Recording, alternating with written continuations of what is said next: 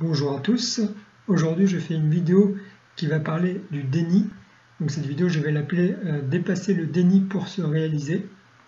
Cette vidéo est en relation avec deux précédentes vidéos que j'ai tournées sur ma chaîne, que sont ma première Entre idéologie et réalité, le chemin tortueux de l'être, et la deuxième Destin, liberté et libre arbitre, que je vous invite à aller voir si vous ne les avez déjà pas vues. Et donc, avant de parler bien sûr du déni, je dois parler de ce qu'est la réalité et de comment est-ce qu'on l'appréhende, et je vais donc commencer par ça. Donc comme je l'ai dit dans mes précédentes vidéos, la réalité est constituée de tout ce qui est, donc de la nature en tant que telle, et de ses lois universelles. Je précise ici que certains appellent ce que moi j'appelle la réalité, la vérité. Et donc ces personnes disent qu'il n'existe qu'une seule vérité, tout comme moi je dis qu'il n'existe qu'une seule réalité, donc qu'une seule matérialité des choses.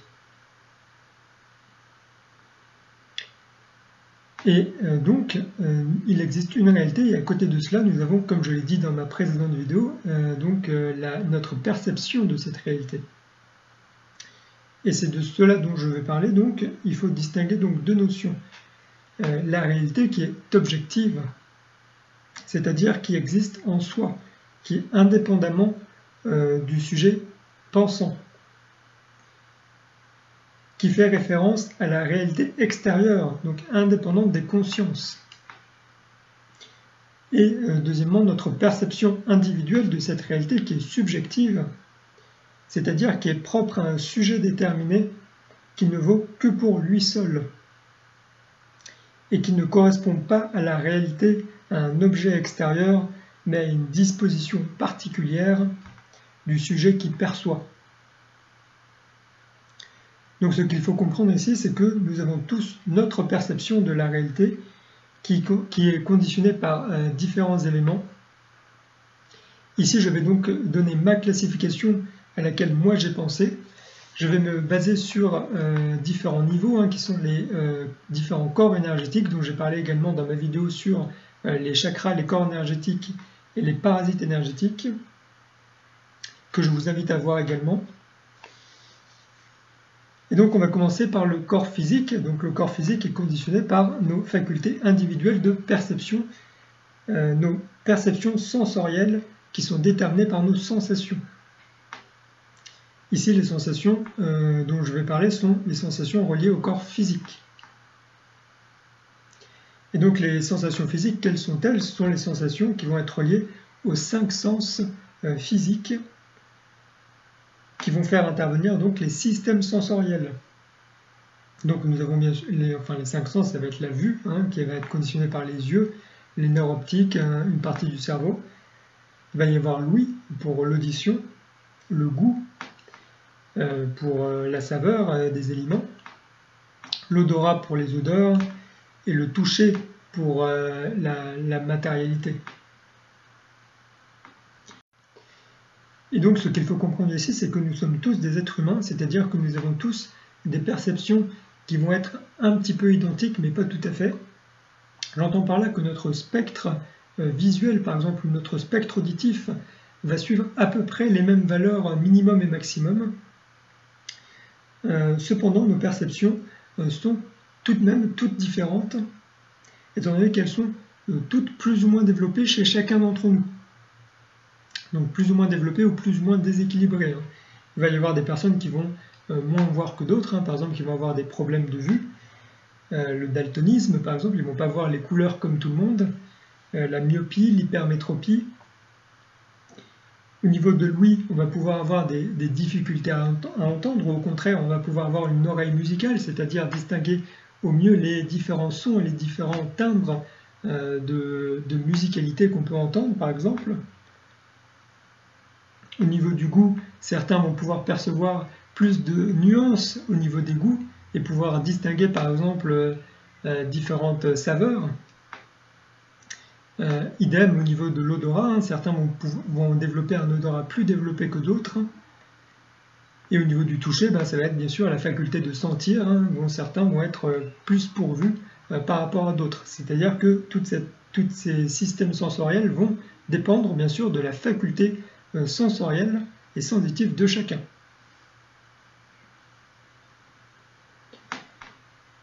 Nos perceptions sensorielles sont également reliées à certains régulateurs homéostatiques.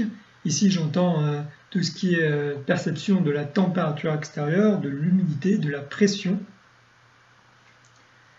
Ce sont bien sûr des éléments qui sont perçus à partir d'une norme individuelle qui est propre, car ces perceptions nous permettent de réguler notre température interne, par exemple, ou notre humidité interne par rapport à notre équilibre personnel en fonction de notre environnement.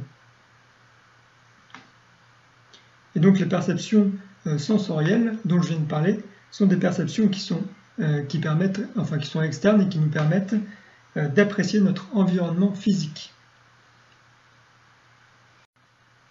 Ensuite, il va y avoir ce que j'ai appelé les sensations énergétiques.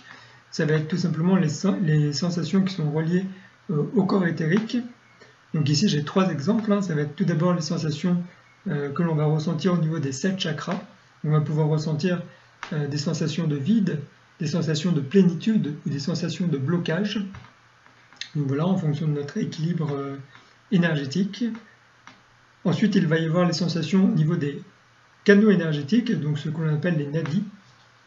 On va pouvoir également ressentir des blocages, des vides ou des plénitudes. Ici, cela va pouvoir entraîner par exemple les douleurs, caractéristiques par exemple des migraines, qui sont un blocage du méridien de la vésicule biliaire par exemple, qui passe bien sûr sur le sommet du crâne et tout autour du crâne. Il va bien sûr y avoir possibilité également de sensations de froid à certains endroits du corps, donc ça c'est les blocages énergétiques dans certains méridiens également, enfin ce genre de choses par exemple.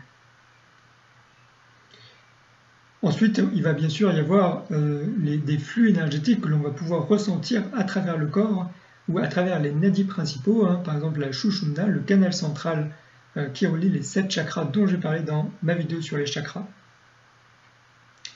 Et donc cela est par exemple en relation avec les montées énergétiques ou les flux énergétiques en relation avec la Kundalini. Et donc ces sensations sont liées à une action de l'environnement ou à d'autres personnes sur votre propre équilibre énergétique ou à votre propre équilibre énergétique que vous allez rayonner vers l'extérieur également.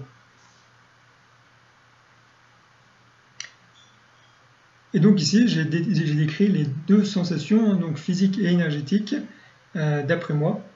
Mais ce qu'il faut bien comprendre, c'est que ici, ce sont les éléments que l'on va percevoir, mais il va bien sûr y avoir des éléments de la réalité, donc objective, que l'on ne va pas être en capacité de percevoir. Ça va être la réalité imperceptible par sensation. Et donc dans ce cas-là, avant de parler de ça, je vais parler, donc elle peut être imperceptible pour 2 motifs. Ça va être premièrement par nature. Donc par nature, ça va être bien sûr au niveau de la vue, tout ce qui va être invisible, au niveau de l'ouïe, tout ce qui va être inaudible, au niveau du goût, ce qui va être insipide, au niveau de l'odorat, ce qui va être inodore, et au niveau du toucher, ce qui va être impalpable ou intouchable.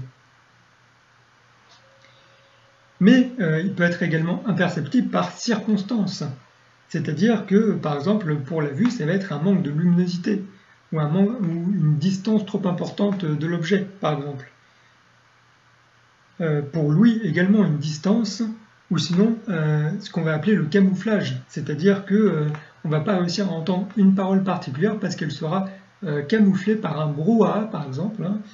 Pareil pour le goût ou l'odorat, on ne va pas réussir à détecter une saveur particulière ou une odeur particulière parce qu'elle sera camouflée dans un ensemble d'odeurs ou de saveurs. Et donc voilà, ça c'est la réalité imperceptible par nature ou par circonstance. Il va bien sûr y avoir une autre manière de ne pas percevoir les éléments. Là ici je dois introduire la notion de réalité statique ou dynamique. C'est-à-dire qu'en fait on ne perçoit que la réalité qui est dynamique, c'est-à-dire celle qui change dans notre sphère de perception. Et la réalité statique, c'est celle qui reste fixe dans notre sphère de perception, je précise. Donc ici, par exemple, nous avons l'exemple de l'air, bien sûr, que lorsque l'on respire, on ne le sent pas, tout simplement parce qu'on respire en permanence, et donc on ne sent pas l'air qui traverse nos bronches, nos trachées, nos poumons, etc. Parce qu'il y a en permanence de l'air dans nos poumons. Ce n'est pas la même chose, par exemple, à la naissance, où on observe que les bébés, lorsqu'ils naissent, ils respirent pour la première fois et on dit que ça brûle les poumons la première fois que l'on respire. On peut également avoir cette sensation lorsqu'on boit la tasse, par exemple, ou lorsque certaines personnes peuvent se noyer dans l'eau puis être réanimées par la suite. Également, un autre exemple, c'est bien sûr l'eau de consommation que l'on boit. Lorsqu'on boit toujours la même eau, on ne va pas ressentir un goût particulier à l'eau, mais c'est que lorsque l'on va changer d'eau que l'on va se dire « Tiens, cette eau, elle a un goût un petit peu différent, enfin, elle a un goût différent de ce que j'ai l'habitude, etc. » Et donc là, on va se rendre compte que l'eau a un goût, mais autrement, on ne se rend plus compte que l'eau a un goût, étant donné que l'on consomme toujours la même eau. Un autre exemple, ce sont les vêtements que l'on porte. Étant donné que l'on porte toujours nos vêtements, on ne les sent plus sur nous, ils forment une sorte d'extension de nous-mêmes. Il va y avoir également les odeurs persistantes, on ne va plus sentir les odeurs qui sont toujours présentes. Et au niveau énergétique, ça va être bien sûr un blocage ou un vide persistant, qui ne va plus se faire ressentir à la longue, car on va en prendre tout simplement l'habitude.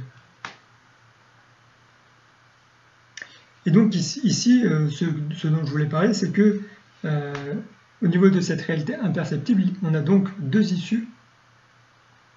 C'est soit l'élément n'est tout simplement pas perçu et ignoré, parce qu'on n'arrive pas à le percevoir tout simplement, soit si on veut tout de même percevoir une réalité qu'on se doute qu'elle est présente mais que l'on n'arrive pas à la percevoir, nous avons plusieurs solutions. C'est premièrement se servir des animaux qui peuvent avoir justement un champ de perception différent du nôtre, que ce soit au niveau de la vue, au niveau de l'odorat, qui vont percevoir donc par exemple des longueurs d'onde différentes des nôtres, qui vont avoir un flair plus développé pour percevoir certaines molécules par exemple, ou certains éléments, pour pouvoir chercher par exemple des survivants dans la neige. On utilise souvent les chiens. Donc ça c'est la première solution, les animaux. Deuxième solution, c'est on va utiliser bien sûr les outils et le matériel scientifique qui a été créé grâce à notre intelligence et à notre artisanat. Et donc bien sûr là-dedans on va retrouver tous les appareils de détection électromagnétique, les appareils de détection chimique, des appareils pour voir l'infiniment petit ou l'infiniment grand, donc au niveau des microscopes ou des télescopes.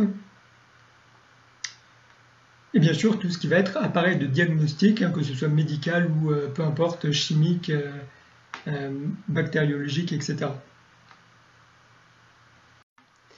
Donc ensuite, après le corps éthérique dont j'ai parlé, il va y avoir le corps astral qui va gérer nos émotions. Donc ça va être notre rapport sentimental et émotionnel au monde qui va donc influencer notre perception. Ici, je différencie donc la notion de sentiment et la notion d'émotion. Donc d'ailleurs deux notions qui sont très difficiles à distinguer. J'ai essayé de trouver des définitions, donc ici je vais donner la synthèse de mes recherches, mais si vous avez un avis différent, n'hésitez pas à commenter cette vidéo.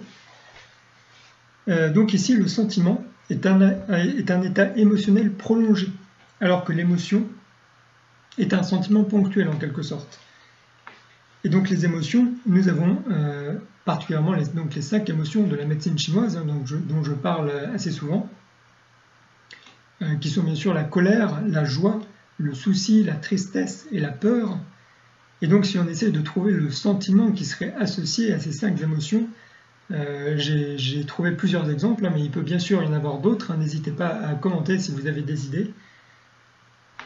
Donc il va y avoir par exemple la frustration pour la colère, le bonheur pour la joie, la rumination pour le souci, la mélancolie pour la tristesse, l'anxiété pour la peur. Nous allons pouvoir également retrouver le courage, l'espoir, l'inquiétude et certainement beaucoup d'autres. Voilà. Je fais ici une parenthèse concernant l'amour,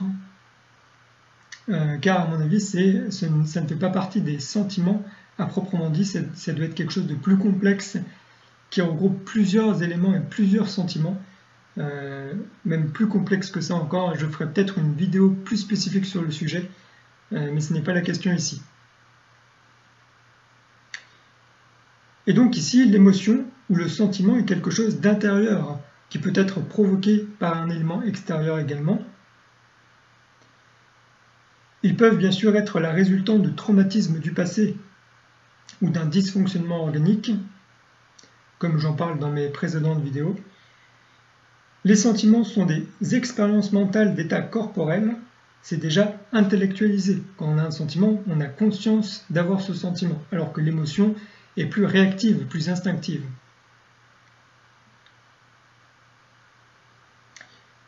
Les sentiments font bien sûr intervenir les souvenirs, les expériences personnelles. Ici, on va être au niveau du corps causal, dont je vais parler un peu plus tard. Ils vont bien sûr faire intervenir l'influence d'autres personnes. Donc là, on va être au niveau du corps atmique. Je vais également en parler un peu plus tard. Et nos sentiments, bien sûr, influencent notre manière de nous comporter et d'interagir avec le monde.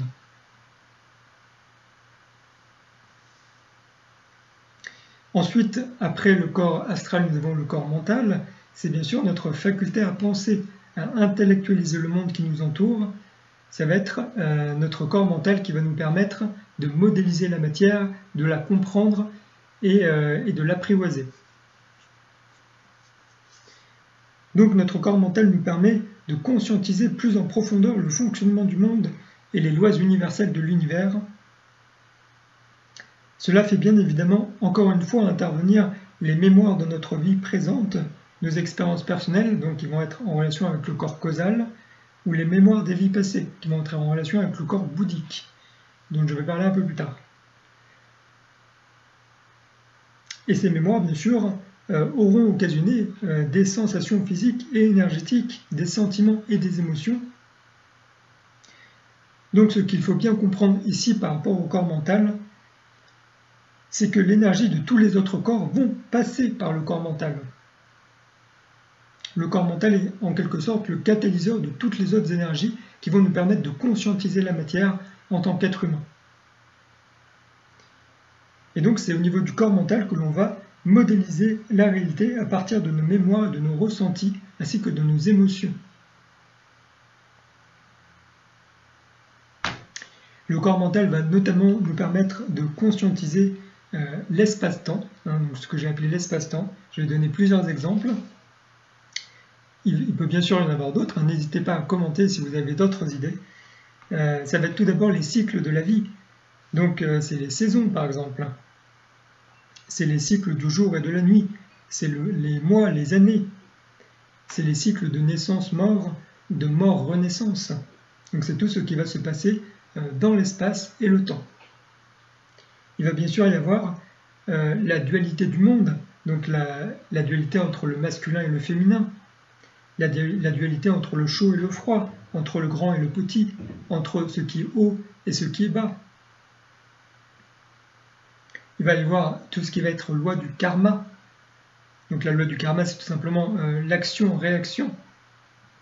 C'est récolter ce que l'on sème. C'est le fait qu'à certaines causes, il y a certaines conséquences. C'est tout simplement l'impact extérieur sur l'intérieur ou de l'intérieur sur l'extérieur.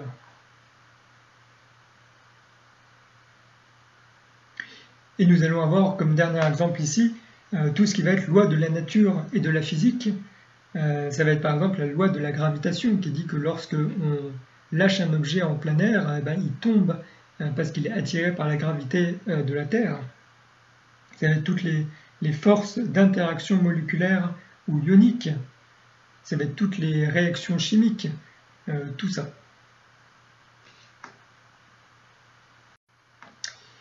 Et donc après le corps mental, nous avons le corps causal, ou corps karmique on l'appelle également.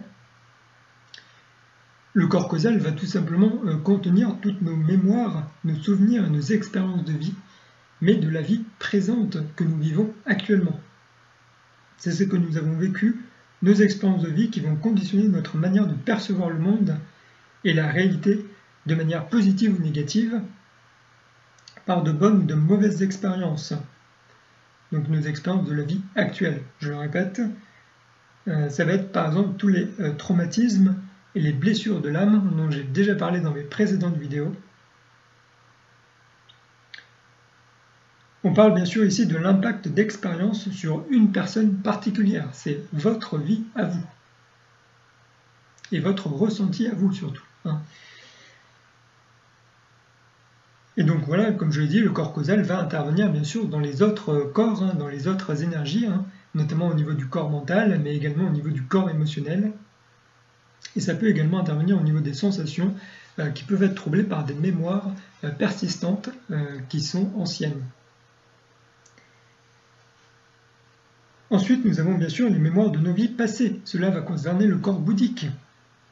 Et donc ici, c'est la même chose que ce que j'ai dit pour le corps causal, sauf que ça va être au niveau des vies antérieures. Ça va être des mémoires qui vont pouvoir persister au niveau de votre inconscient et qui vont venir conditionner votre perception et votre manière d'appréhender la réalité et le monde. Et pour finir, le 7e et dernier corps, c'est le corps atmique ou divin. Et celui-là, c'est tout simplement notre conscience d'être relié au grand tout et au divin, comme je l'ai dit dans une de mes présentes vidéos également. C'est donc ce qui nous relie en tant qu'espèce. Et on va donc y retrouver toutes les croyances collectives, les peurs instinctives et les égrégores de pensée. C'est donc tout ce qui va concerner l'influence des autres personnes sur nous, de notre environnement social et culturel. C'est tout ce qui va concerner nos peurs instinctives, donc les traumatismes vitaux pour la survie de l'espèce par exemple, ce genre de choses. Et donc après avoir parlé de la réalité et de comment chacun de nous l'apercevons à travers nos sensations physiques, énergétiques, nos sentiments, notre mental, nos mémoires de vie présentes, nos mémoires de vie antérieures, ou l'influence des autres et de l'environnement social sur nous. Je vais donc ici parler du déni, c'est le sujet principal de cette vidéo. Et donc le déni, qu'est-ce que c'est? Le déni, c'est tout simplement la non-acceptation de la réalité ou de la vérité d'une chose en particulier. C'est donc la dissociation qu'il existe entre ce qu'est la réalité et notre interprétation ou modélisation de celle-ci, que je nomme donc idéologie. L'idéologie, pour rappel, constitue notre modélisation de la réalité, qui est objective à partir de nos perceptions et vécus subjectifs. Ainsi, le déni est indissociable de l'idéologie. Mais ici, il y a plusieurs choses dont je dois parler. Tout d'abord, c'est que nous sommes tous, à certains moments de notre vie, et concernant des domaines particuliers dans différents degrés d'idéologie, donc dans différents degrés de déni. Car il est vrai que nos perceptions nous permettent d'appréhender la réalité objective, comme je l'ai dit auparavant, mais nos perceptions sont très limitées de ce point de vue. Nous percevons très peu de notre environnement en tant que tel grâce à nos perceptions. Elles sont troublées notamment par nos mémoires et expériences de vie présentes et passées, ce qui a engendré des croyances et des idéologies. Ces croyances et idéologies sont bien sûr dues à la généralisation de nos ressentis et de nos vécus passés dans notre vie présente. L'idéologie est due à un manque de perception, un manque de connaissance ou un manque de recul par rapport à une situation bien définie que l'on vit dans la réalité présente. C'est donc uniquement notre expérience de vie présente qui va nous permettre de désamorcer nos vieilles croyances et idéologies du passé, qui sont non conformes à la réalité que l'on vit aujourd'hui. De cette manière, on va acquérir plus d'éléments de connaissances sur le sujet particulier en question. On va remarquer différents mécanismes ou fonctionnements qui ne nous étaient pas apparus auparavant. On va bien sûr guérir de nos vieilles blessures et de nos vieux traumatismes. On va changer notre comportement, notre manière de penser, notre manière d'interagir avec les autres et avec notre environnement. C'est donc bien ici un cheminement individuel en lien avec notre chemin de vie individuel. Ici, le déni intervient particulièrement lorsqu'en présence d'éléments présents, manifestement contradictoires avec nos modélisations ou schématisations passées, on opte pour nos modélisations passées sans les remettre en question par les éléments présents. Ici, Confucius, enfin je vais citer une citation de Confucius qui disait « La seule véritable erreur est de ne pas reconnaître ses erreurs ». Fin de citation. Et donc ça illustre bien le phénomène que je décris ici. C'est pourquoi, bien sûr, il y a d'autres dictons, par exemple, qui disent « Nul n'est plus aveugle que celui qui ne veut pas voir. Nul n'est plus sourd que celui qui ne veut pas entendre. » Et cela peut se généraliser, bien sûr, à toutes les perceptions et à tous les sentiments ressentis, etc. Bien évidemment, ici, nos idées et nos croyances vont être influencées par les autres êtres humains. Donc c'est en relation avec le corps karmique, avec le corps atmique, pardon. Donc ça va être influencé au niveau de nos interactions sociales avec les personnes que nous connaissons ou avec qui on a vécu des expériences, qu'elles soient bonnes ou mauvaises. Ou ça va pouvoir être également au niveau des idées, donc à travers des livres, à travers des vidéos par exemple, ou à travers d'autres sources intellectuelles, si je puis dire. Ou également à travers bien sûr des énergies bien ancrées, comme les peurs archaïques et les peurs de la survie liées à la survie de l'espèce, bien sûr.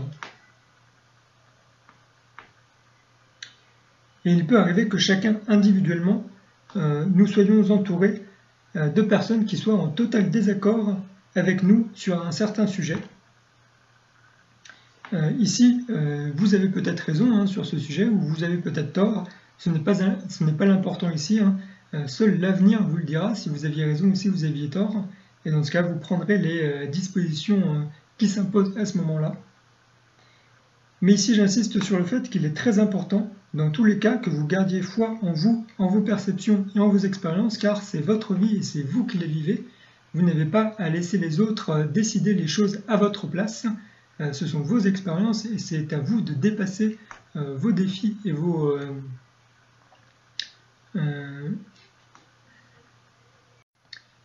combats. Donc ici, je vais vous citer 4 citations que je trouve très à propos par rapport à ce que je dis ici et qui va peut-être vous aider dans votre cheminement. Donc la première est de Coluche qui dit tout simplement « Ce n'est pas parce qu'ils sont nombreux à avoir tort qu'ils ont raison ».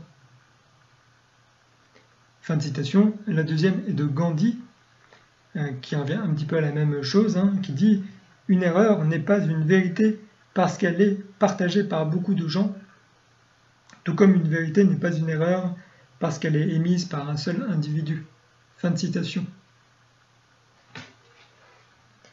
La troisième citation, c'est celle de Edward Snowden, donc le lanceur d'alerte, qui dit tout simplement « Vous ne réalisez pas à quel point il est difficile d'exposer la vérité dans un monde rempli de gens qui ne sont pas conscients de vivre dans le mensonge. » Fin de citation.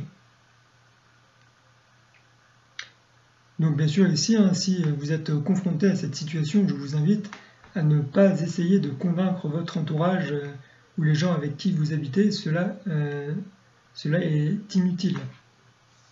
Et la quatrième citation, qui bien sûr est en rapport avec ce que je viens de dire, c'est une citation de Louis-Ferdinand Céline, qui dit tout simplement « L'expérience est une lanterne qui n'éclaire que celui qui la porte. » Fin de citation. Et donc je vous laisse méditer par rapport à ça, je trouve que c'est un point important à soulever. J'en arrive donc à la dernière partie de cette vidéo. Je rappelle que j'ai appelé ma vidéo « Dépasser le déni pour se réaliser ». Donc on va parler de la réalisation. Donc pour se réaliser ou s'accomplir, qu'est-ce que ça veut dire? Donc ça veut dire accomplir sa mission d'âme, sa vocation. C'est-à-dire agir dans le monde pour le changer en fonction de nos convictions, de lui apporter ce que l'on souhaite voir émerger donc dans le monde en fonction de notre personnalité profonde, en fonction de l'être que nous sommes et que nous sommes venus incarner ici. Mais cela, bien sûr, pour moi, nécessite de sortir du déni. Pour se réaliser, il faut sortir du déni. Car le monde est tout simplement tel qu'il est, et que l'on ne pourra pas le changer sans l'accepter comme il est tout d'abord. Il faut l'intégrer, le comprendre, comprendre ses mécanismes, ses fonctionnements, ses lois universelles, comprendre également le pouvoir que nous avons et que nous disposons pour pouvoir agir dans ce monde présentement tel qu'il est actuellement. C'est se servir des outils qui sont à notre disposition pour modeler la réalité, pour agir dans la matérialité. C'est se servir des lois qui régissent l'univers pour atteindre nos fins. Et donc cela nécessite bien évidemment de sortir du déni, c'est-à-dire de prendre conscience de la réalité telle qu'elle est réellement et pas telle qu'on voudrait qu'elle soit.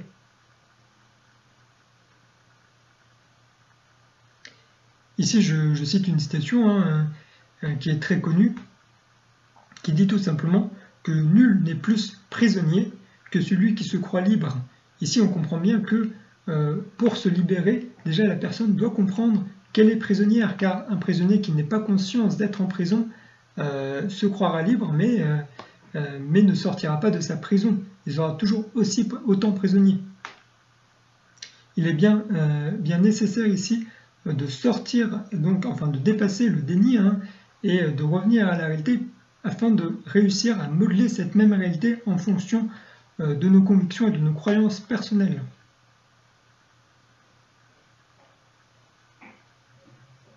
Je vais conclure cette vidéo par parler de ce que moi j'appelle, de ce que je considère être la plus grosse idéologie du monde. Pour moi, la plus grosse idéologie du monde, c'est tout simplement de croire que les idéologies n'existent pas. On va remarquer ce genre de personnes qui sont dans cette idéologie, pour moi, tout simplement parce qu'ils vont dire des phrases caractéristiques que sont les suivantes. Par exemple, ils vont vous dire, vous donner leur opinion sur un certain sujet, et ils vont vous dire ça c'est ma vérité, par exemple. C'est-à-dire en fait, voilà, t'as pas ton mot à dire, en gros, il y a plus de discussion en fait, et ça c'est ma vérité, un point c'est tout, salut, au revoir. Ça c'est la première solution. La deuxième solution, c'est les personnes qui vont dire nous avons tous raison. La troisième solution, c'est les personnes qui vont dire ce n'est pas parce que j'ai raison que tu as tort, ça revient un petit peu au même. Alors que ici, je le répète, il n'y a qu'une seule vérité, ou une seule réalité comme moi je l'appelle, c'est-à-dire qu'en fait, si moi j'ai raison, si l'autre personne n'est pas d'accord avec moi, elle a forcément tort, et inversement. C'est-à-dire, en fait, lorsqu'on a deux personnes qui sont dans une conversation et qui sont en désaccord sur un certain sujet particulier, il n'y a pas 10 000 solutions. C'est-à-dire que soit il y en a une qui a raison et l'autre qui a tort, soit les deux ont tort, tout simplement. Et souvent, ça peut être également que les deux ont tort. Ou qu'une a raison, mais elle ne sait pas exactement pourquoi, ce genre de choses. Et donc, d'après moi, bien sûr, il faut déjà accepter que les idéologies existent et donc que la réalité existe afin de pouvoir déplacer ce mode de fonctionnement et ce mécanisme qui dit que les idéologies n'existent pas et que tout le monde a raison sur tout et sur tous les sujets, ce qui est pour moi est totalement faux. Voilà.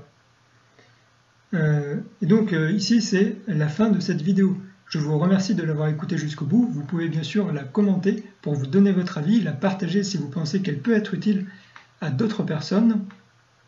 Je précise ici simplement que dans les commentaires, vous êtes libre de donner votre avis du moment que votre avis est respectueux de mon travail ou de ma personne. Je ne pensais pas que c'était nécessaire que je le dise, mais je supprimerai tous les commentaires qui sont déplacés, insultants ou voilà, ce genre de choses seront supprimés, tout simplement. Je précise ici que je suis bien évidemment thérapeute en biorésonance multidimensionnelle. Je mettrai bien sûr la playlist correspondante en fin de vidéo. Voilà, je vous remercie de m'avoir écouté. Bonne journée à vous.